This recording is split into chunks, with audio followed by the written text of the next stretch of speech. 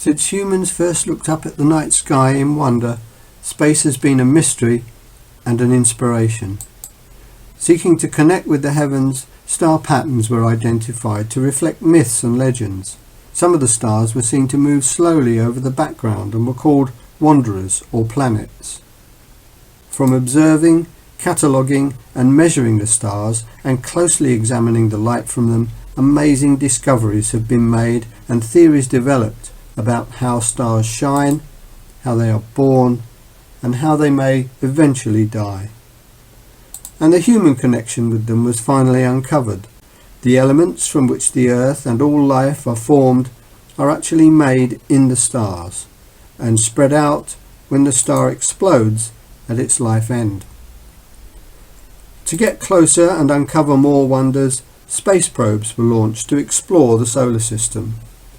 And now satellite systems have been developed to help study the Earth's environment and help understand the weather and climate change, and to monitor such things as the effects of pollution and agricultural patterns. Other systems are helping with communications and a whole range of human activities.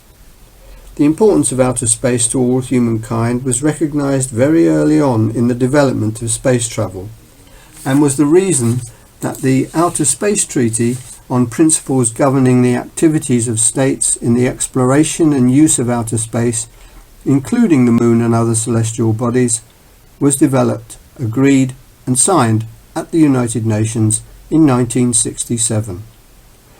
The treaty recognizes outer space as a global commons, and it states that the exploration and use of outer space shall be carried out for the benefit and in the interests of all countries, and shall be the province of all humankind.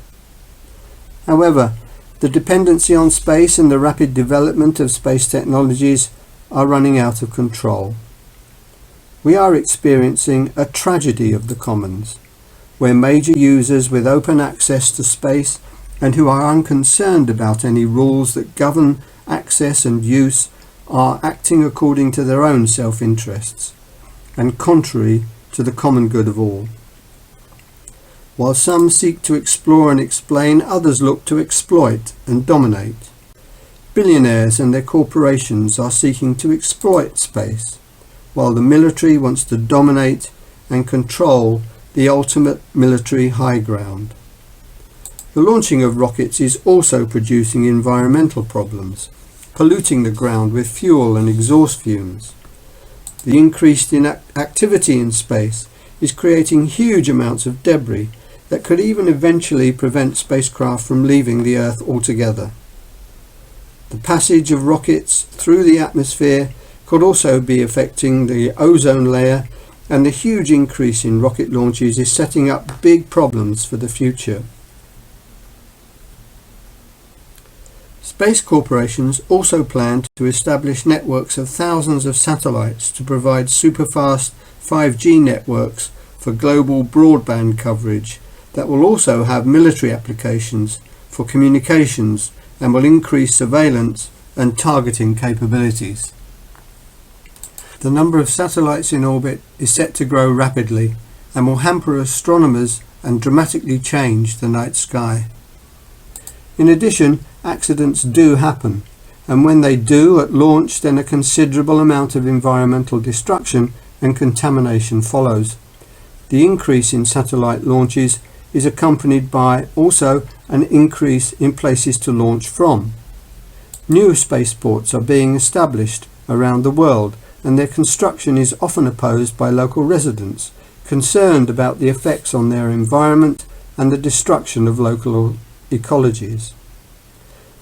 Nuclear power in space is also being promoted once again, but nuclear generators for planetary bases or for rocket propulsion create environmental problems, from the mining of the uranium to deployment on spacecraft or celestial bodies. And what if there was an accident at launch that could spread deadly nuclear materials far and wide? Interest in the development of nukes in space is perhaps more to do with being able to power space weapons. Establishing bases or even landing on celestial bodies can also bring contamination by dangerous substances or bacteria, just as Europeans brought sickness to the New World. And now the moons and planets of our solar system are on the verge of being exploited by mining corporations. In 2015, President Obama signed the so-called Space Law, approved by the US Congress to allow US companies to exploit space mining and the appropriation of asteroids and other space resources.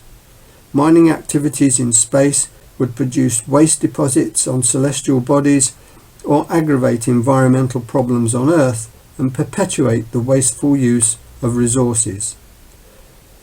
So, what we do in space and whether we exploit or explore relies on a few people making the right choices, and it's up to us to ensure that they do. Join us and the many others around the world who are doing what they can to keep space for peace.